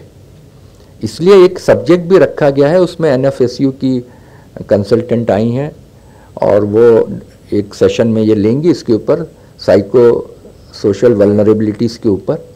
ये वो वल्नरेबिलिटीज़ वही हैं, क्योंकि एक बच्ची अगर इस तरह के उसमें गई है, इस तरह के विक्टिम रही है, तो केवल केस ख़त्म होने पे उसका जो कष्ट है वो ख़त्म नहीं हो जाता है। वो बच्ची को अगर ये मेंटोरिंग हुई तो हो सकता है कि उसके अंदर जो डिप्रेशन आ रहा है, डिस्पोंडेंसी आ रही है, डिजेक्शन आ रहा है या सुसाइडल टेंडेंसी आ रही है, उससे वो निजात पा सकती है। कई बार ऐसे जो विक्टिम्स होते हैं वो स्टॉकहोम सिंड्रोम से भी गुजरते हैं, जहां वो परपिट्रेटर से एम्पैथाइज करने लगते हैं, परपिट्रेटर को सरेंडर हो जाते हैं। तो उस सिंड्रोम को, क्योंकि मेंटल हेल्थ है, हमको उसको बहुत अलग अलग लेवल्स पे देखना चाहिए। इसलिए सोशल जस्टिस और WCD mental health of vulnerable children के ऊपर भी कुछ प्रोजेक्ट कर सकता है, कुछ संवाद कर सकता है, कुछ एक मैकेनिज्म तैयार कर सकता है, ये भी सोचा जाए। उसी से रिलेटेड एक है सोशल ऑडिट का कॉन्सेप्ट। सोशल ऑडिट में हम एक तरह से किसी वेस्टर्न कंट्रीज में वो टाइम बैंक का कॉन्सेप्ट है कि आप वहाँ जाके सेवा देते हो तो उतने दिन की, उतने आवर्स की आपकी सर्विस आपको बुढ़ापे में मिलेगी। वो एक बहुत अलग टाइप का कॉन्सेप्ट है, यूरोपियन है। लेकिन हमारे यहाँ हम वो सोशल ऑडिट, उसका आशय ये है कि कई बार जो हमारे यहाँ लॉयर्स वगैरह कुछ डिफ़ॉल्ट केस हो जाता है उनका और पिटिशन डिसमिस होती है और रेस्टोरेशन करना है, उसको कॉस्ट लगाने के बदले उनको ये कहते हैं कि आप अनाथालय जाइए, आप और मर्सी होम जाइए, आप वृद्धाश्रम जाइए या वन स्टॉप सेंटर जाइए और वहाँ 1 घंटे के लिए आप फ्रूट्स ले जाइए, मिठाई ले जाइए, 1 घंटे रहिए और वहाँ बताइए कि आपको कैसा लगा, और दूसरा कि वहाँ क्या क्या कमियां हैं जिसको ठीक किया जा सकता है, आप सजेशंस दीजिए। कई केसेस में मैंने जो पर्सनली मेरा एक्सपीरियंस ये कि जब करा उनको तो वहाँ से बहुत सजेशंस आए। वो सजेशंस जब मैंने भेजे तो कई जगह उसका रिड्रेसल हुआ। रिसेंट एक एग्जांपल है, एक मर्सी होम है ग्वालियर में, वहाँ पर्सन्स विद डिसेबिलिटी हैं, वहाँ शायद 60 इयर्स का भी एक वृद्ध था जो बॉन्डेड लेबर था, 25 साल 30 साल से उसको बंधुआ मजदूर बना के रखा था, उसको समझ ही नहीं आता वो क्या खाए। आज शायद 65 साल का होगा वो, और एक 10 साल का 8 साल का 10 साल का 12 साल का भी बच्चा है। They are differently abled persons with disability. वहाँ जब कुछ लोगों को भेजा तो वहाँ से उन्होंने ये रिपोर्ट दी कि वहाँ वो जो ट्रांसफार्मर है उनका वो रूरल एरिया में लगता है, तो ट्रांसफार्मर उस कारण से उसमें आधे समय वहाँ बिजली रहती है, आधे समय नहीं रहती है। वो जब रिपोर्ट मेरे पास आई तो फिर मैंने एडमिनिस्ट्रेटिव साइड पे थोड़ा ऑफिसर्स को बोल के करा, तो वो फीडर चेंज करा उन्होंने, तो उसको अर्बन में ले आए, तो अब वहाँ वो लाइट दिन भर उनके यहाँ रहने लगी। जिस समय गर्मियों में ग्वालियर में वहाँ पर 48 डिग्री था, वो बच्चे ऑलरेडी परेशान हैं और ऐसे में उनको ये परेशानी थी। वो परेशानी जो थी उसका समाधान इस रिपोर्ट से मिला कि वहाँ ये प्रॉब्लम है, क्योंकि पहले प्रॉब्लम आइडेंटिफाई हो।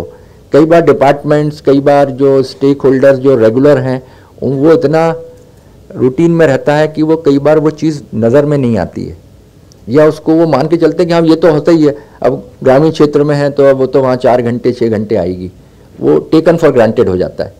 यहाँ वो उस आदमी को बड़ा स्ट्राइकिंग फीचर लगा तो उसने खबर करी, तो उससे उसका समाधान निकला।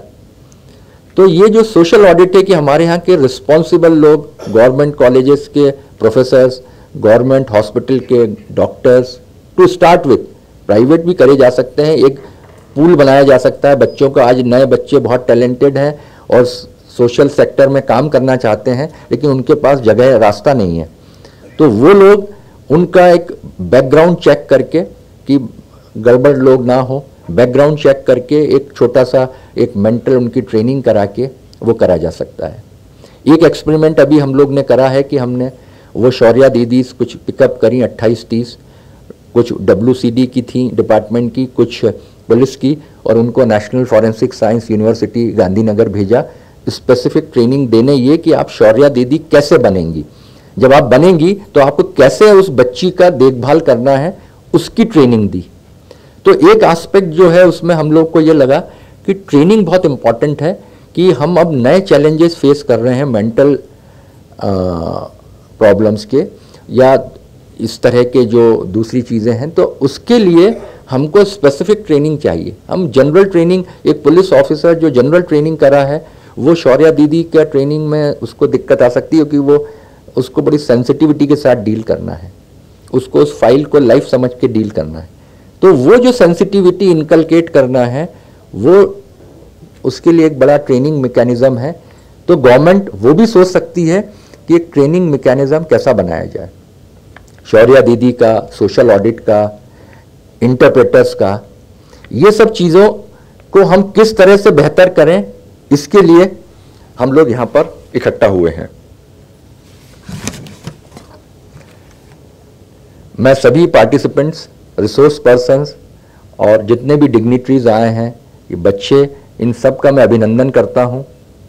मैं जुवेनाइल जस्टिस कमेटी के जो सदस्य लोग हैं, उन्होंने जो मेहनत करी, मैं उसके लिए उनका अभिनंदन करता हूँ। हमारे साथी जजेस जो आज आए हैं, उनका मैं अभिनंदन करता हूँ, और मंच पर बैठे हुए सभी सम्मानीय अतिथियों का मैं अभिनंदन करता हूँ। और मैं आशा करता हूँ कि यह जो संवाद है दोनों तरफ से होगा और जो समस्या के साथ समाधान भी लेके आएगा। मेरी शुभकामनाएं। धन्यवाद।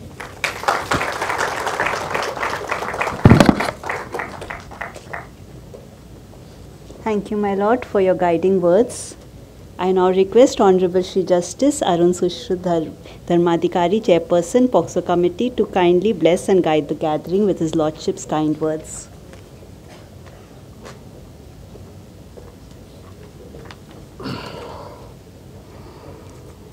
Honorable Justice Sanjeev Sachdeva, Acting Chief Justice of the High Court of Madhya Pradesh, Honorable Justice Anand Pathak, Judge, High Court of Madhya Pradesh and Chairperson, Juvenile Justice Committee, Ms. Sufia Wali Farooqi, Commissioner, Women and Child Development, Government of Madhya Pradesh, Shri Anil Gulati, Officer in Charge, UNICEF, my esteemed sister and brother judges, Mr. Manoj Srivastav, Registrar General and officers of the Registry of the High Court of Madhya Pradesh, Mr. Bisen, Secretary and officers, Madhya Pradesh State Legal Services Authority, Shri Krishnamurthy Mishra, Director and officers of the Madhya Pradesh State Judicial Academy, Shri Avasthi, Principal District Judge Jabalpur, Shri Bhosle, Commissioner Social Justice, all the dignitaries, learned resource persons, participants present here in the auditorium and connected virtually, ladies and gentlemen, as a chairperson of the POCSO committee, it is an honor to address this inaugural session of Samvad, the state consultation on the protection of child with disabilities. These children often face heightened vulnerability, making it imperative that we, as a society and legal system, provide them with robust protection and support. Children with disabilities are unfortunately at a greater risk of falling victim to sexual abuse. The prevalence of abuse among children with disability is alarmingly high. According to the study conducted by Westat in 1991, children with disabilities are 1.7 times more likely to be abused than their peers without disabilities. As noted by Margaret Nozick in 1999, data shows that abuse rates among individuals with disabilities, both men and women, range from 31% to 83%.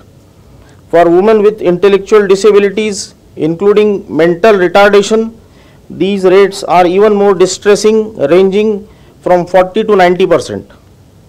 The vulnerabilities of children with disability can stem from a variety of factors, including communication barriers, dependency of caregivers, and social isolation. These heightened risk underscores the urgent need for targeted measures to protect them from such heinous crimes. We must recognize and address the unique challenges that they face to create an environment where they can grow, learn, and thrive without fear of exploitation or abuse. It is crucial that the rights of child survivors with disabilities are upheld at every stage of the justice process. During the pre-trial stage, it is essential to ensure that these children are provided with the necessary support and accommodations. This includes having access to specialized counseling services and ensuring that their statements are recorded in a manner that takes into account their specific needs. Interpreters and translators must be readily available to bridge any communication gaps, ensuring that the child's voice is heard accurately and comprehensively. During the trial stage, the courts must be equipped to handle cases involving children with disabilities with the utmost sensitivity and care.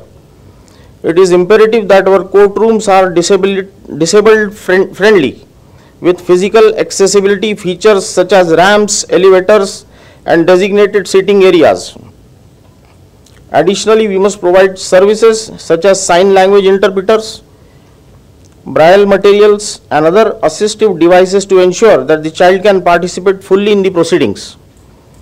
The presence of trained professionals who understand the child's need can also help to create a supportive environment, minimizing the trauma of reliving their experience.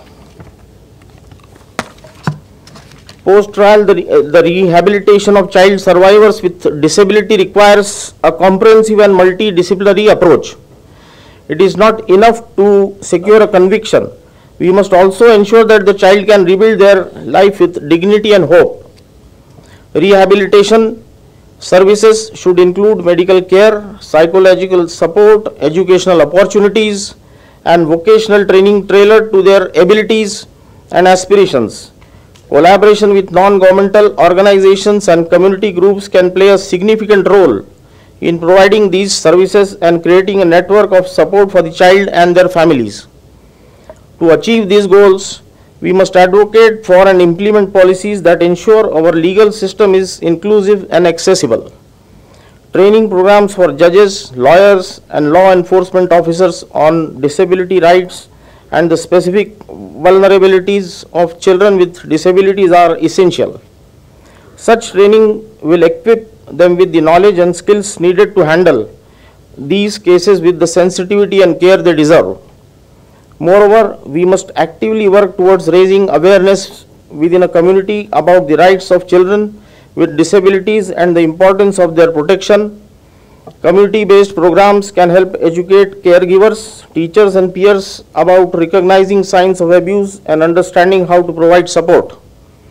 By fostering a culture of inclusion and vigilance, we can create a safer environment for the children.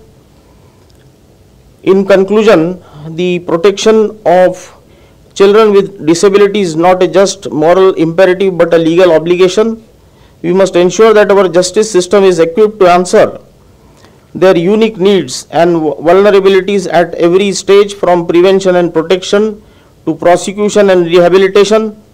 Let us commit to creating a legal framework that is inclusive, accessible, and responsible to the needs of children with disabilities, ensuring that they receive the justice and support they rightly deserve.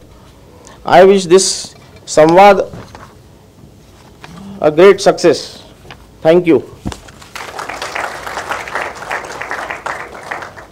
Thank you, my Lord, for your enlightening words.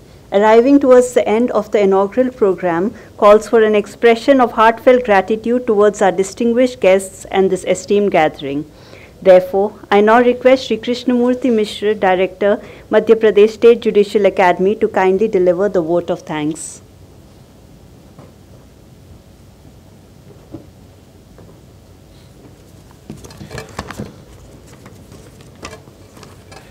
My Lord, Honorable Shri Justice Arvind Sushruta Dharmadhikari, Judge High Court of Madhya Pradesh and Chairperson, POCSO Committee. My Lord, Honorable Shri Justice Anand Pathak, Judge High Court of Madhya Pradesh and Chairperson, Juvenile Justice Committee. Madam Sufia Farooqi Wali, Commissioner, Department of Women and Child Development, Government of Madhya Pradesh. Shri Anil Gulati, Officer in Charge, UNICEF Bhopal. Honorable Judges of the High Court of Madhya Pradesh. Shri Manoj Kumar Srivastava, Registrar General, High Court of Madhya Pradesh. Shri Ratnesh Chandra Singh Basen, Member Secretary, MP Salsa. Shri Alok Avasthi, Principal District and Session Judge Jabalpur. Shri Vivek Karmahe Sahab, District Judge Inspection.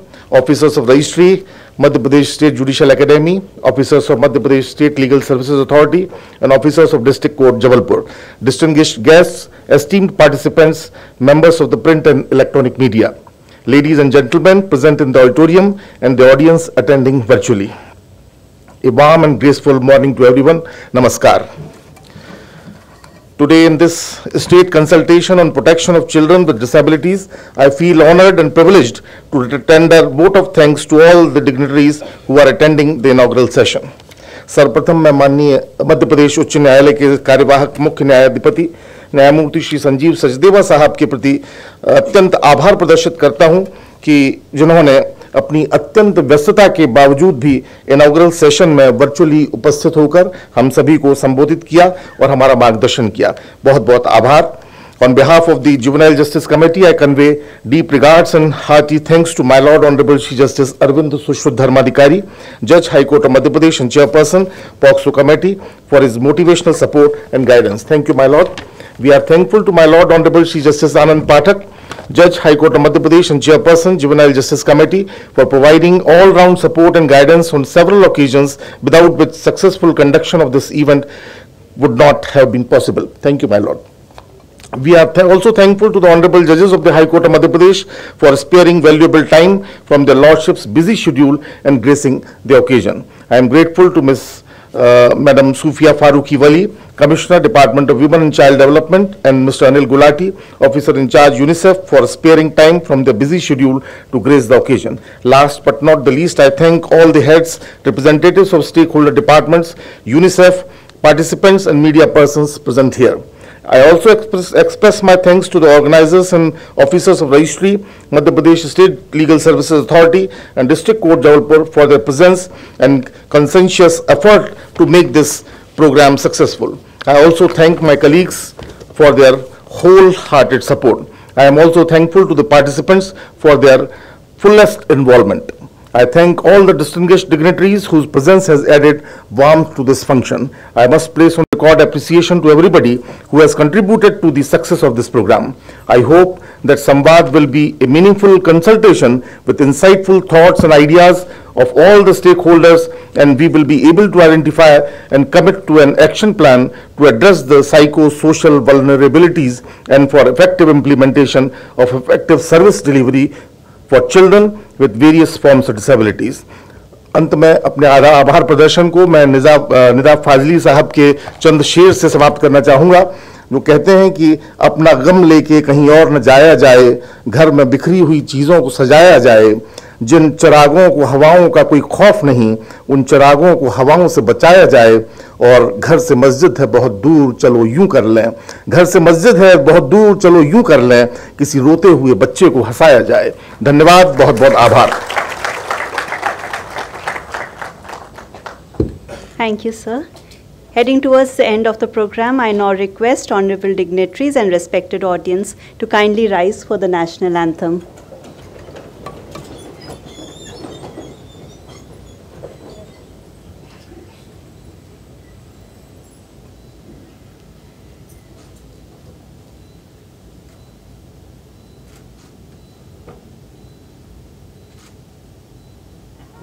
अधिनायक जय हे भारत भाग्य विधाता, पंजाब सिंध गुजरात मराठा द्राविड उत्कल गंगा, विंध्य हिमाचल यमुना गंगा उज्जल जलधि तरंगा, तव शुभ नामे जागे, तव शुभ आशीष मांगे, गाहे तव जय गाथा, जन गण मंगलदायक जय हे भारत भाग्य विधाता, जय हे जय हे जय हे जय जय जय जय हे।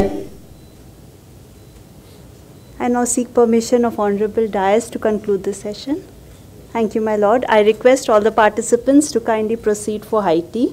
The next session will resume at 12 o'clock in this auditorium. Thank you, my Lord.